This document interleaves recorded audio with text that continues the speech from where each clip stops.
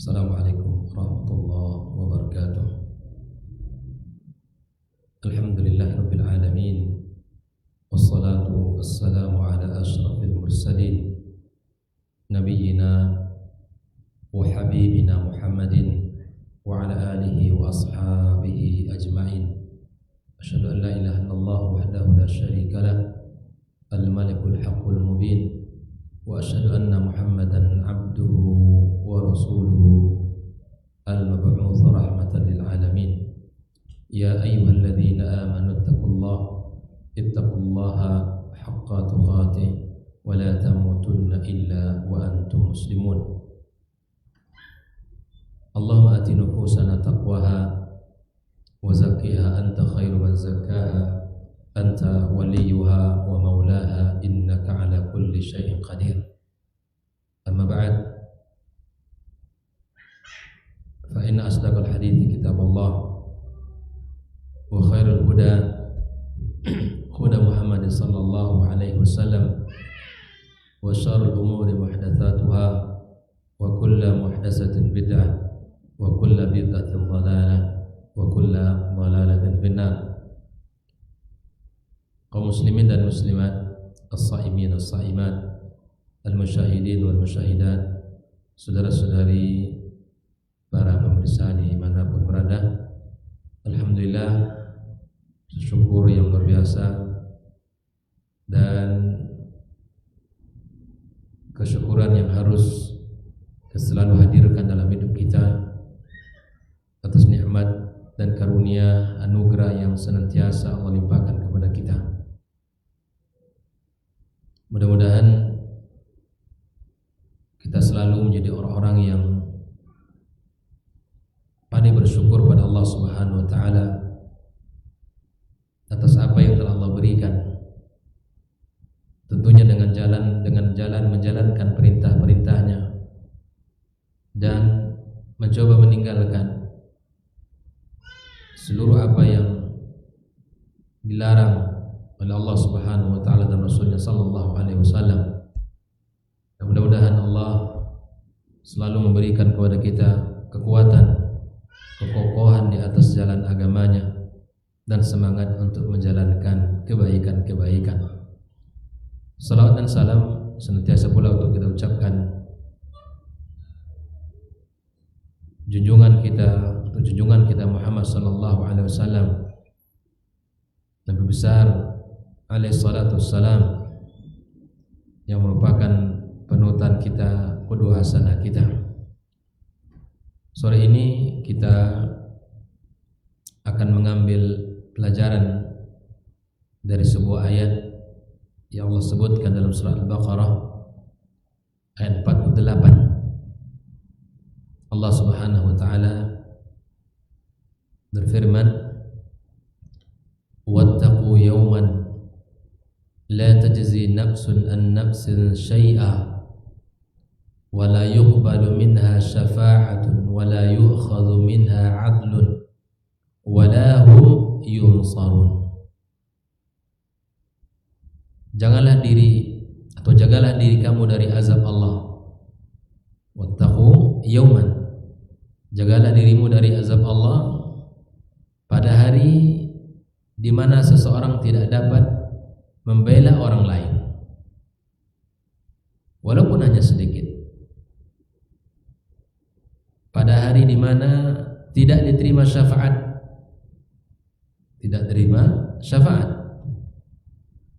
dan juga tidak diterima tebusan, dan tidaklah mereka akan ditolong Allah Subhanahu wa taala. Ayat ini sungguh sangat banyak pelajaran yang bisa kita ambil dalam kehidupan kita. Di antara pelajaran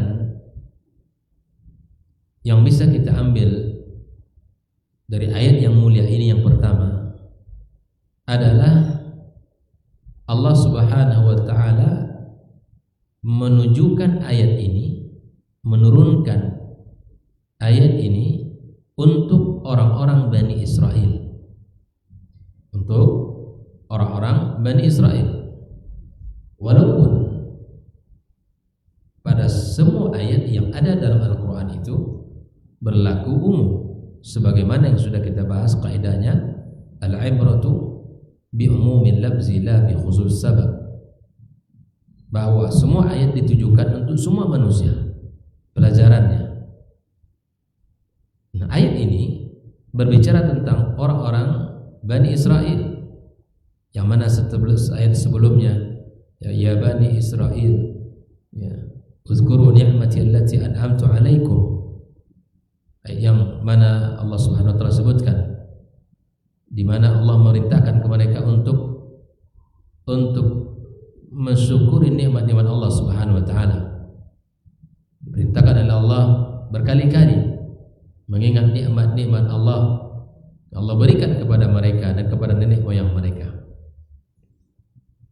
Maka kali ini Allah Subhanahu wa taala memerintahkan mereka untuk mengingat kematian.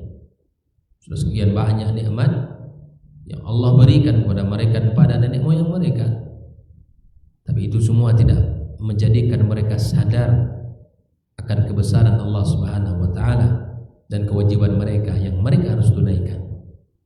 Maka melalui sebuah nasihat di mana Allah Subhanahu wa taala mengingatkan mereka tentang sebuah kematian, hari di mana tidak lagi bermanfaat pertolongan seorang pun terhadap orang lain, dan tidak pula rekomendasi, ya syafaat dari siapapun. Bahkan uang tebusan tidak bisa untuk membela siapapun di hari itu. Dan sangat berbeda dalam kondisi kita di dunia. Kita bisa minta tolong kepada saudara kita, kepada keluarga kita, kepada sahabat kita, teman kita, orang-orang yang telah terjalin hubungan baik dengan kita, bisa kita minta tolong jika kita punya urusan yang berkaitan dengan urusan duniawi kita. Atau ketika kita minta pada atau masuk sesuatu atau memerlukan sesuatu, kita butuh rekomendasi, butuh syafaat, yang mensyafaat yang akan bisa menolong apa yang sedang kita inginkan. Atau misalnya uang tebusan yang bisa menebus apa saja yang menjadi konsekuensi daripada sebuah keputusan. Terus orang bisa melakukan itu di dunia, dan itu sangat lazim dalam kehidupan dunia. Tapi Allah Subhanahu wa taala melalui ayat ini, Allah ingatkan orang-orang ya, secara umum, khususnya Bani Israel, tentang satu hari di mana tidak ada orang lain yang bisa membela orang lain walaupun sedikit, tidak ada syafaat, tidak ada yang namanya tebusan, dan tidak ada pertolongan. Ikhwatal kiram, Allah Subhanahu wa taala menginginkan Bani Israel dan kepada seluruh umat manusia agar menyadari bahwa setinggi apapun kedudukan manusia di dunia ini, maka pada hari itu kedudukan tersebut tidaklah bermanfaat sedikit pun. Jabatan Anda tidak akan ada manfaatnya di hadapan Allah. Ketenaran Anda tidak akan ada gunanya. Posisi Anda hari ini sebagai orang sangat berpengaruh tidak akan ada manfaatnya sedikit pun. Maka Allah telah menjelaskan pada sebelumnya tentang kakek nenek moyang mereka adalah bangsa yang paling unggul pada waktu itu. Mereka beriman kepada Allah, beriman kepada para rasul. Tetapi kebesaran nenek moyang mereka tidaklah bermanfaat bagi mereka, bagi anak keturunan mereka pada hari kiamat. Jadi sebuah kesatuan yang perlu kita sadari, bahwa ketika orang hebat sebelumnya, ya, nenek moyang mereka hebat, orang-orang terdahulunya mereka hebat, tapi orang setelah mereka tidak akan memberikan manfaat sedikit pun terhadap anak keturunan, walaupun mereka ini orang terpandang. Dan itu dari kiamat berlaku bahwa masing-masing akan mempertanggungjawabkan dirinya. Maka itu jangan kalian bangga dulu, wahai Bani Israel, terhadap kebesaran nenek moyang kalian.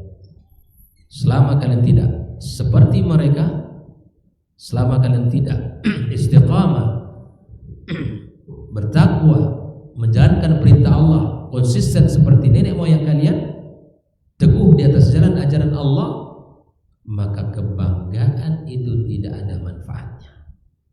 Pelajaran pertama untuk kita. Kebesaran tentang orang tuanya, tentang keturunannya, tidak akan bisa mengangkat derajatnya di sisi Allah Subhanahu wa taala. Maka ini pelajaran yang kedua, ikhwatul kiram. Ayat ini juga berlaku kepada siapapun yang merasa diri mereka adalah keturunan Nabi Muhammad SAW. Kalau di Iran disebut dengan kata sebutan Sayyid, kalau di Indonesia sering disebut dengan sebutan Habib, dan di beberapa tempat disebut dengan Syarif. Ini sebutan-sebutan yang menunjukkan mereka ini adalah keturunan Nabi SAW.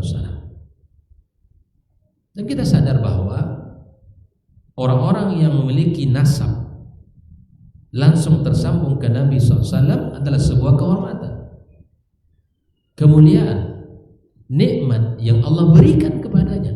Dia merupakan bagian dari nasab keturunan yang terhormat. Tetapi ingat bahwa Allah Subhanahu wa taala telah menjelaskan bahwa keturunan nasab tidaklah bermanfaat sama sekali pada hari kiamat, bukan. Dan kedekatan nasab dengan Nabi Muhammad SAW, tetapi justru mengerjakan itu sebaliknya, dia memusuhi Islam, menentang Allah dan Rasulnya, maka akibatnya Allah memberikan hukuman seperti mana yang Allah gambarkan dalam surah Al-Lahab, tabbat yada abi lahabi wa tabba ma aghna anhu maluhu wa ma kasab sayasla naran dzata lahab. Binasalah kedua tangan Abu Lahab, dan sungguh dia akan binasa. Tidaklah berfaedah baginya, tidaklah bermanfaat baginya harta benda yang ia punya dan apa yang telah ia usahakan. Kelak dia akan masuk ke dalam api yang bergejolak. Ini sebuah gambaran kedekatan nasab tidak memberi manfaat kalau dia tidak beriman. Abu Jahal, ini gambaran Abu Lahab. Siapapun yang tidak beriman, yang tidak meniti jalan Islam, yang tidak berada di atas jalan Nabi SAW, maka tidak akan memberikan manfaat walaupun dia dalam lingkaran keluarga kerabat Nabi SAW. Bukan hanya itu saja, anak perempuan Nabi Muhammad SAW tidaklah bisa selamat dari azab Allah, dan tidak bisa yang jika tidak mau mengikuti ajaran Nabi Muhammad SAW. Lihat bagaimana Allah Subhanahu wa taala menyebutkan kisah yang dahsyat tentang Nabi Nuh alaihissalam. Dan Nabi kita alaihissalam memberikan peringatan kepada karib kerabat mereka tentang azab Allah Subhanahu wa taala. Diumumkan depan mereka seraya mengatakan, ya ma'syara Quraisy, wahai orang-orang Quraisy, ishtaru anfusakum la aghlauni ankum minallahi syai'a. Belilah diri kalian atau selamatkanlah diri kalian. Sungguh saya tidak bisa membantu kalian sedikit pun dari azab Allah Subhanahu wa taala. Ya bani Abdul Muttalib, ya bani Abdul Manaf, la aghlauni ankum minallahi syai'a. Ya Abbas ibn Abdul Muttalib, la aghlauni anka minallahi syai'a. Dipanggil oleh Nabi SAW keluarga-keluarganya. Wa ya Safiyah ammatu Rasulillah, la aghlauni anki minallahi syai'a. Wa ya Fatimah binti Muhammad, salini ma syi'ti min mali, la ughni anki minallahi syai'a. Dipanggil oleh Nabi kita SAW masing-masing kerabatnya. Safiyah bibi Rasulullah tidak bisa akan membantu dia. Kemudian putri beliau ya Fatimah, bahwa mintalah dari hartaku apapun yang kau inginkan, kata Nabi, mintalah ya, kebutuhan-kebutuhan untuk dirimu.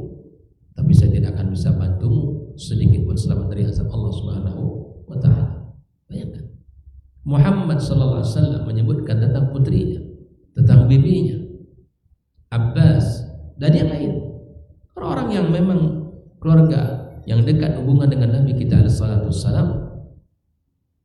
Lihat bagaimana Nabi kita mengingatkan, mengumpulkan mereka semua, termasuk istri sendiri Aisyah radhiyallahu taala anha. Tidak satupun dari mereka yang bisa selamat dari azab Allah jika mereka tidak beriman. Kalau hanya mengandalkan kedekatan dengan Nabi SAW, maka jelas bahwa amalannya yang jelek, maka nasab keluarga tidak akan mampu menyelamatkan dirinya dari azab Allah. Bayangkan bahwa siapapun yang punya kedekatan hubungan dengan Nabi SAW tidak akan bisa selamat dari azab Allah kalau dia tidak beriman. Ya Fatimah binti Muhammad, ya Abbas amu Rasulillah, an kidana fi sakuma minan nar. Wahai Fatimah, wahai Abbas paman Rasulullah, selamatkan diri kalian dari neraka Allah. Ana la uni ankuma minallah syai'a, saya tidak mampu untuk menyelamatkan kalian dari azab Allah. La ya'tini an-nas bi'amalihim wa ta'tuni bi ansabikum. Kata Nabi SAW, jangan sampai nanti orang lain datang dengan amal perbuatan mereka, amal soleh mereka, lalu kalian datang dengan membawa nasab keturunan kalian. Bayangkan, may yubdi bihi amalu lam yusri bihi nasab. Orang yang amalnya tidak ada, maka nasab keturunan tidak akan bisa mempercepat kedudukannya, meninggikan kedudukannya. Jelas ya? Jadi siapapun yang punya hubungan nasab dengan Nabi, ini merupakan nikmat dan karunia. Tapi ingat, tidak akan ada manfaatnya hubungan nasab itu kalau seandainya tidak mengikuti perintahnya dan berpegang teguh dengan sunnahnya sallallahu alaihi wasallam. Sekali lagi, bahwa dua hadis yang kita baca tadi, hubungan kerabat tidak bisa menyelamatkan diri dari azab Allah di hari kiamat kelak. Hubungan kerabat tidak bisa menyelamatkan seseorang dari hukuman Islam yang telah ditetapkan. Sampai Nabi SAW mengatakan tentang Fatimah, "Lau anna Fatimah binti Muhammad saraqat laqata'tu yadaha." Ini hukuman dunia. Andaikan Fatimah binti Muhammad mencuri, aku potong tangannya. Itu hukuman dunia, ikhwatal kiram. Apalagi nanti di hari kiamat, yang hakimnya adalah Allah, hakim yang paling adil. Maka kita jadikan agama ini sebagai jalan kemuliaan kita. Tidak kita jadikan bagian nasab ini yang kita tonjolkan, lalu apa yang dilakukan benar semuanya. Jangan sampai kita ghulu kepada siapapun. Jangan sampai kita berbuat ghulu sehingga kita melenceng dari agama yang mulia ini. Demi Allah, kata Nabi SAW, seandainya Fatimah binti Muhammad mencuri, maka Muhammad sendiri akan motong tangannya. Ini pelajaran yang kedua, bahwa hari kiamat itu semua akan mempertanggungjawabkan amal dan apa yang telah ia kerjakan di dunia. Tidak akan bermanfaat sedikit pun nasab yang ia banggakan di dunia ini. Yang ketiga, pelajarannya yang bisa kita ambil, bahwa Allah telah menjelaskan kepada para nabi sebelum Nabi Muhammad sallallahu alaihi wasallam, bahwa anak, istri dan keluarga mereka tidak akan selamat dari azab Allah jika mereka tidak beriman kepadanya, tidak mau tunduk dan patuh dengan syariat yang dibawanya.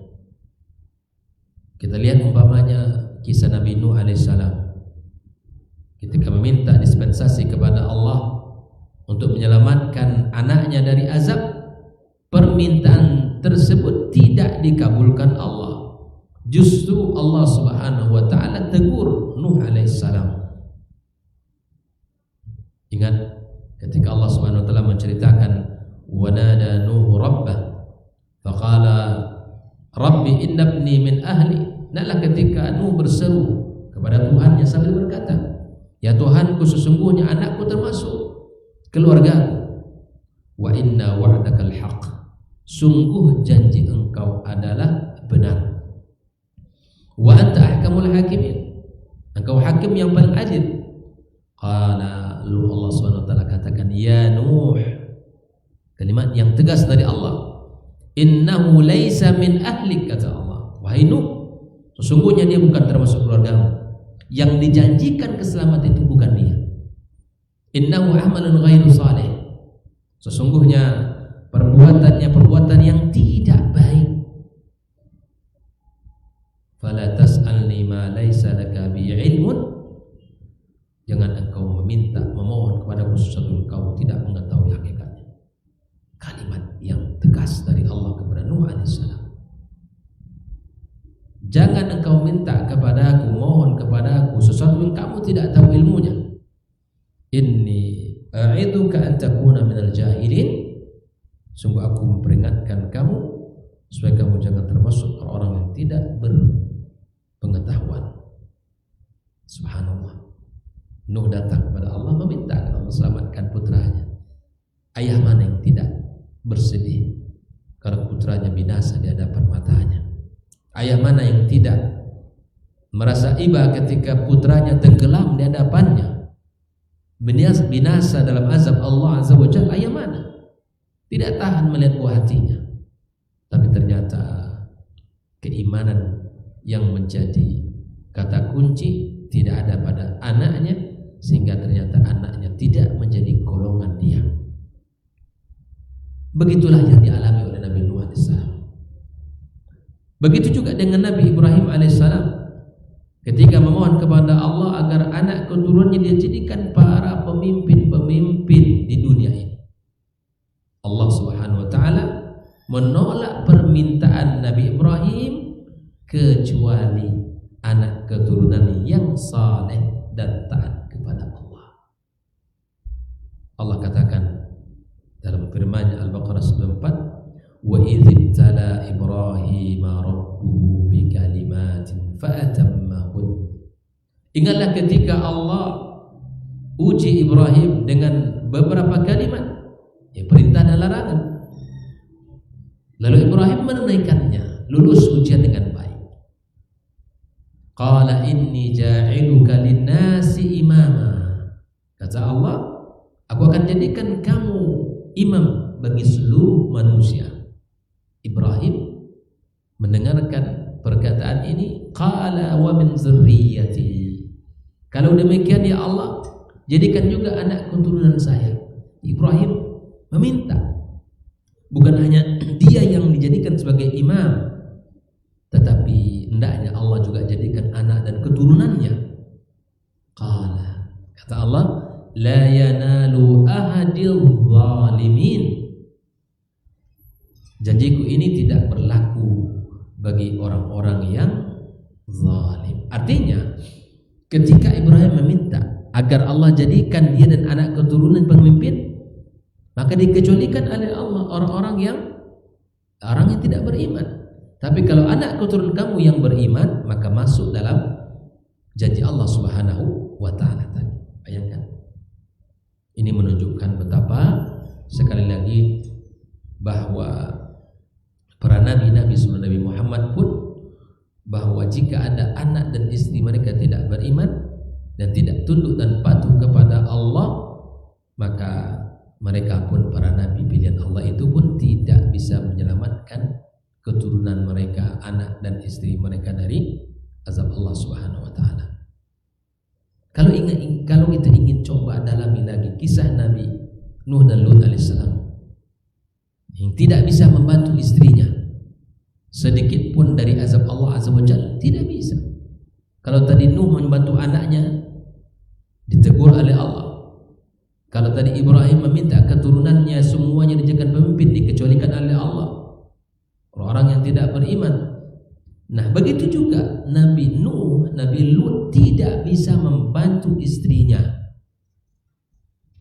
Tidak bisa membantu istrinya karena kedua istri mereka tidak beriman kepada suaminya. Dan kedua istri mereka ini dikatakan berkhianat kepada suami masing-masing. Maka suami itu tidaklah mampu membantu mereka di hari kiamat kelak dari sisi Allah Subhanahu wa taala. Daraballahu mathalan lil ladzina kafaru imra'ata Nuh wa imra'ata Lut kanata tahta 'abdaini min ibadina salihin fakhanatahuma falam yughniya 'anhuma min Allahi syai'a wa qila adkhulan nara ma'ad dakhilin. Lihat, Allah buat sebuah perumpamaan istri Nabi Lut dan Lut bagi orang-orang kafir, di mana mereka di bawah asuhan dua hamba Allah yang saleh, dan kemudian mereka berkhianat, tidak beriman. Khianatnya istri Nabi Nuh dan Lut bukan masalah urusan kasur, tapi khianatnya istri Nabi ini, Nabi Nuh dan Nabi Lut, adalah ketidakberimanan mereka kepada risalah yang dibawa oleh suami mereka. Maka Allah Subhanahu wa taala memberikan azab kepada mereka sekalipun suami mereka seorang nabi. Allah azab sesuai dengan kekufuran mereka meskipun suami mereka orang pilihan Allah Subhanahu wa taala. Jadi ayat ini menjelaskan kepada kita tentang para nabi dan rasul sebelum Nabi Muhammad pun telah diingatkan Allah Subhanahu wa taala bagaimana kalau mereka tidak beriman, mereka tidak akan bermanfaat dan tidak akan bisa menolong keluarga mereka. Pelajaran berikutnya, ikhwatal kiram, ayat ini secara tidak langsung Allah Subhanahu wa taala melarang seorang muslim untuk berbangga-bangga dengan nasab dan keturunannya. Banyaknya harta, banyaknya anak, mungkin anak-anak orang-orang kaya, orang-orang hebat seperti anak-anak pejabat, anak para penguasa, orang-orang kaya, anak-anak para tokoh di masyarakat. Tak usahlah terlalu bangga.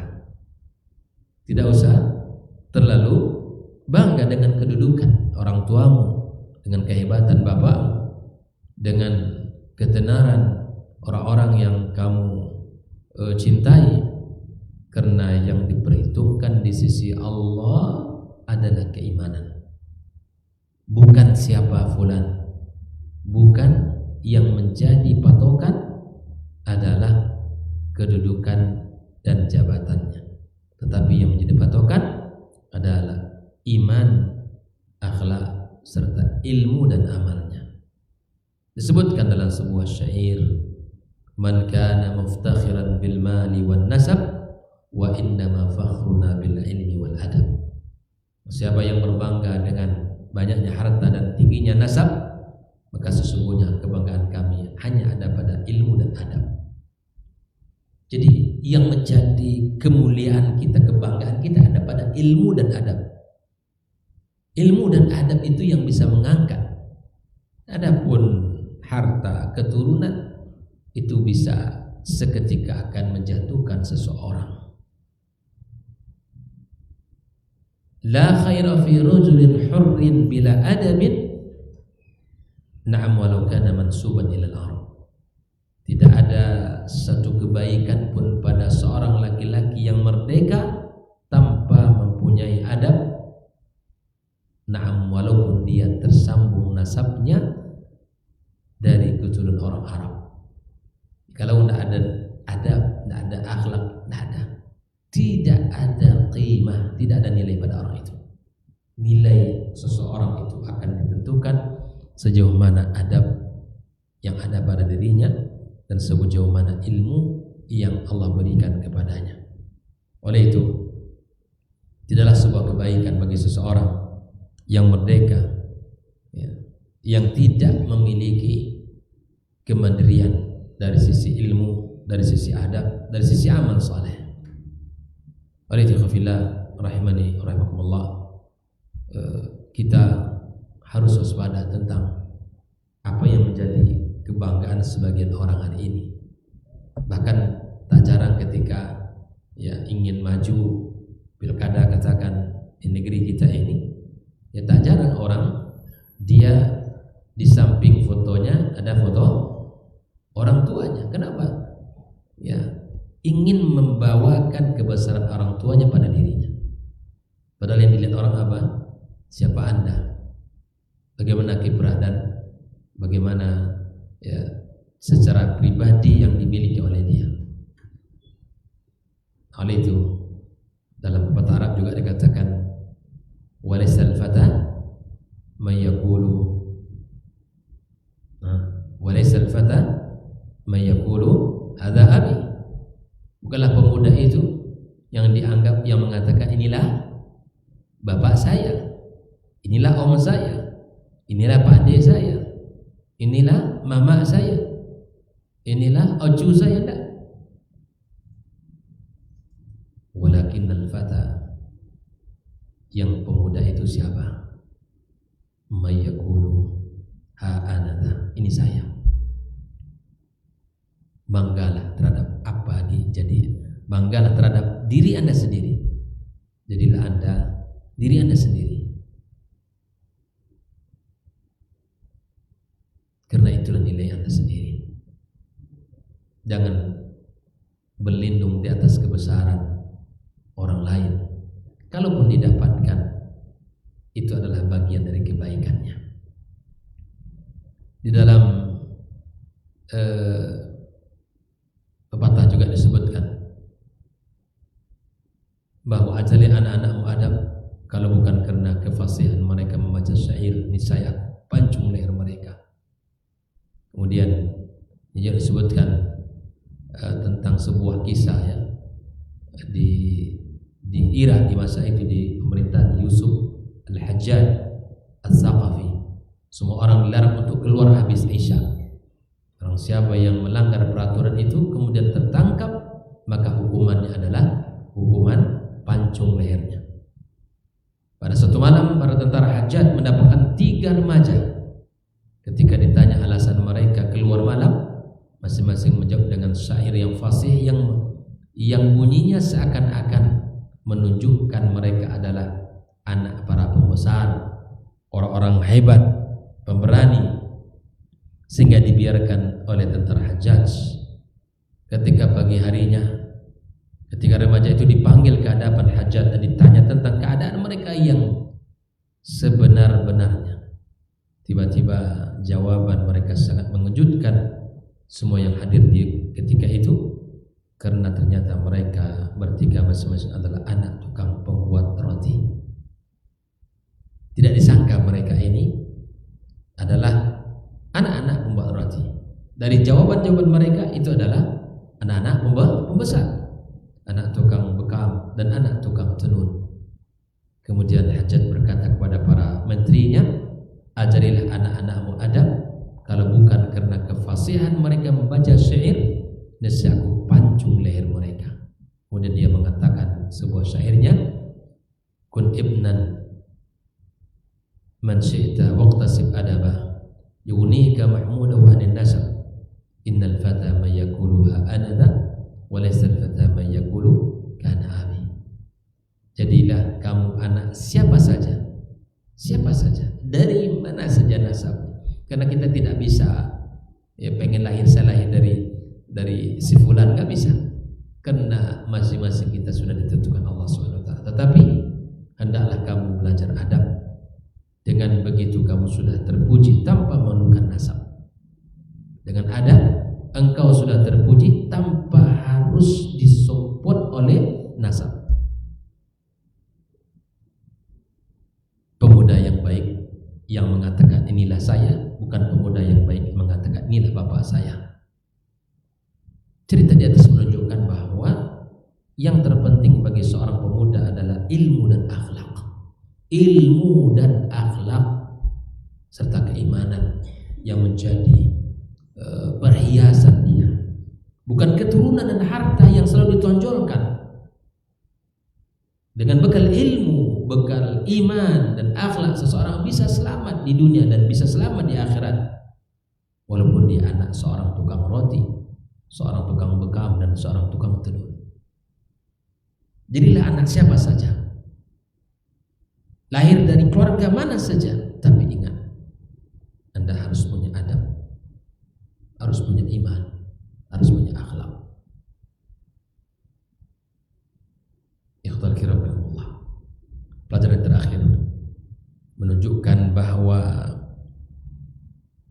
Allah Subhanahu wa taala mengingatkan seorang muslim agar segera menyelesaikan tanggungan-tanggungan, hutang-hutang kepada saudara-saudaranya, baik berupa harta yang dipinjam untuk dikembalikan, maka segera kembalikan, atau harta yang diambil tanpa izin, maka segera untuk dibayar. Ataupun misalnya dengan menggunakan kata-kata merendahkan harga diri, caci maki, menghina, melecehkan dan lain sebagainya, segera selesaikan sebelum hari itu tidak bisa diterima pertolongan siapapun, tidak bisa ditebus, dan tidak bisa diterima syafaat. Nabi kita alaihi salatu wassalam mengatakan, man kana lahu mazlamatun li akhihi min 'irdihi aw syai'in falyatahallalhu minhu al-yawm. Orang siapa yang mempunyai tanggungan terhadap saudaranya, baik yang berupa harga diri maupun yang lain, maka hendaklah dia selesaikan hari ini, halalkan hari ini. Qabla an la yakuna dinarun wala dirhamun an kana lahu amalun salih ukhidha minhu biqadri madlamatihi wa illam takun lahu hasanat ukhidha min sayyiati sahibihi fa humila alaihi. Hari di mana datang tidak bisa diterima dengan uang dinar dan dirham. Jika tidak, maka saudaranya tidak akan mengambil kebaikannya atau sebanyak kesanggupan yang dia buat. Artinya bahwa seseorang yang pada hari itu kebaikan-kebaikan diambil untuk membayar tanggungan yang ada padanya. Jadi tidak punya kebaikan, maka kejelekan saudaranya akan dipikulkan kepadanya. Nabi mengatakan, al-muflis min ummati man ya'ti yawmal qiyamati bi salatin wa siyamin wa zakatin wa ya'ti wa qad syatama hadha wa safaka dama hadha wa akala mala hadha fa yu'ta hadha min hasanati wa hadha min hasanati fa in faniyat hasanatu qabla yaqdiya ma alayhi ukhidha min khutayahum fa turihat alayhi wa turiha fin nar. Seorang yang bangkrut itu siapa dari umat Muhammad? Yang datang pada hari kiamat dengan ibadah salat, puasa dan zakat, tapi dia telah mencaci maki, membunuh, memakan harta orang yang lain. Masing-masing yang dicaci, yang dibunuh, maka harta orang lain dimakan secara zalim, maka kebaikan-kebaikan akan yang telah ia lakukan akan membayar semua itu.